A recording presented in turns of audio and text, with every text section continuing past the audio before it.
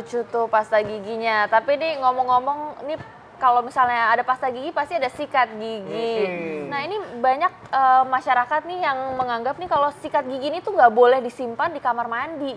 Terus karena kamar mandi tuh kotor, Dok. Jadi simpannya di mana dong kalau gitu?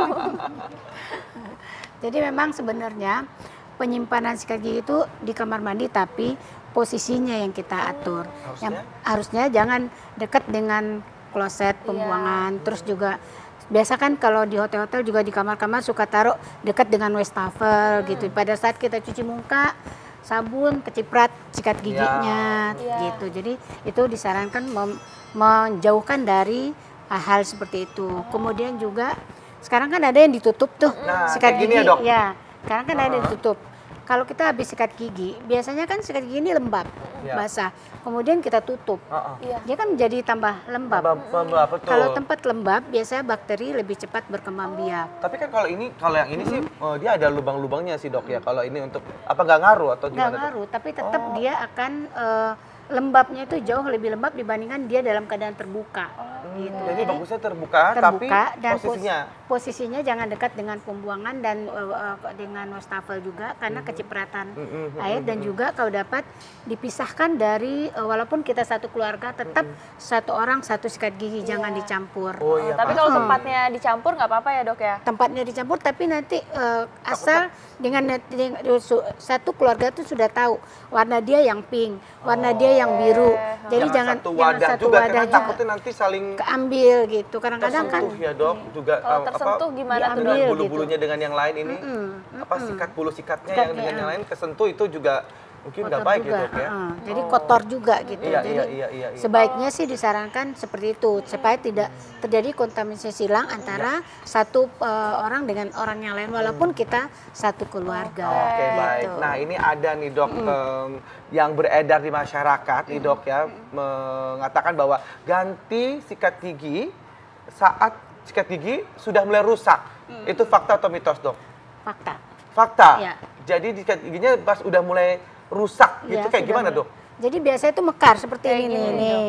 Ini dia sudah mulai mekar dan waktu kita sikat gigi dia tidak maksimal lagi untuk membuang kotoran-kotoran yang ada di gigi. Gitu. Udah pada keriting gitu ya, Dok ya.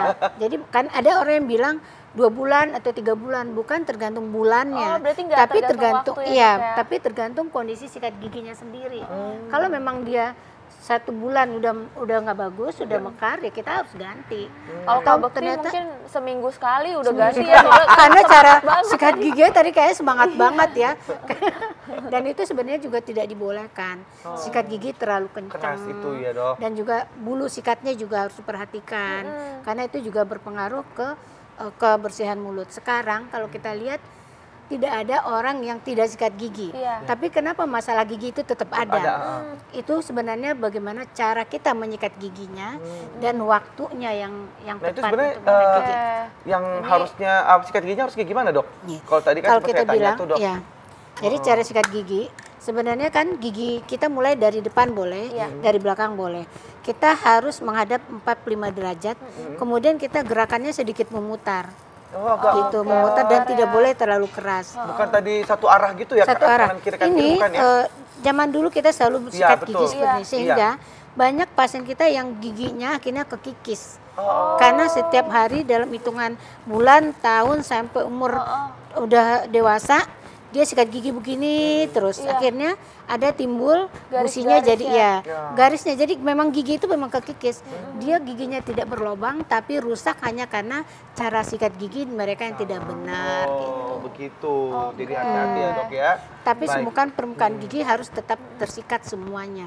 Mulai dari bagian depan. Jadi kita sikat, tidak boleh lagi dari samping yang diderek kayak gini kayak tadi Mas Bekti ya. Kemudian di dalam ini juga harus sikat karena di sini kan ada groove-groove-nya, celah-celah gigi. Itu memang harus kesikat, terutama setelah makan manis yang lengket-lengket, yang tidur tuh ya, Dok. Ya, ini harus disikat dengan bersih. Kemudian di bagian dalam juga harus disikat. Demikian juga yang atas juga harus disikat. Dibawanya keluar gitu ya, Dok? Iya, dibawanya keluar kalau yang dalam. Nah, kita kembali lagi ke disimpan tadi ya, Dok ya. Itu bakteri apa yang paling bahaya kalau misalnya nyimpennya sembarangan tuh, Dok? biasanya kan banyak bakteri-bakteri di dalam mulut kita itu aja 1000 macam bakteri. Dan itu setelah kita pakai itu akan tersimpan, akan ada yang tertinggal juga di dalam sikat gigi. Nah, itu yang kita khawatirkan kalau dia dalam keadaan lembab, kita tutup, terus kita Semakin dekat, berkembang iya itu semakin berkembang bakterinya. mikroorganismenya, bakterinya, dan nanti kita pakai lagi. Terutama pada saat kita lagi batuk, itu kan ada bakteri-bakteri yang kita pas waktu sikat gigi nempel di sana. Sebaiknya setelah kita sembuh, disarankan supaya sikat gigi itu juga diganti, supaya tidak tertinggal kuman bakteri bagus, itu tips yang bagus sekali. Karena memang kadang-kadang kita kan lupa hal sepele, tapi kita nggak ngeh itu menimbulkan kita udah sembuh terus sakit lagi gara-gara sikat giginya yang kita pakai tadi sudah tidak steril kan, sudah tidak bagus. Baik, Dok, terima Oke, kasih baik. banyak, Terima kasih banyak, Dok. Dokter Devia.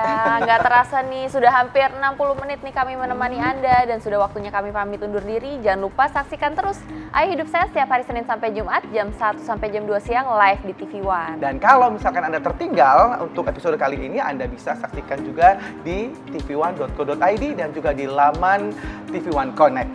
Baik, kalau begitu saya Indra Bekti. Saya Dr. Sheila Salsabila, Indonesia, Ayo Ayo Hidup Hidup Sehat. Sehat.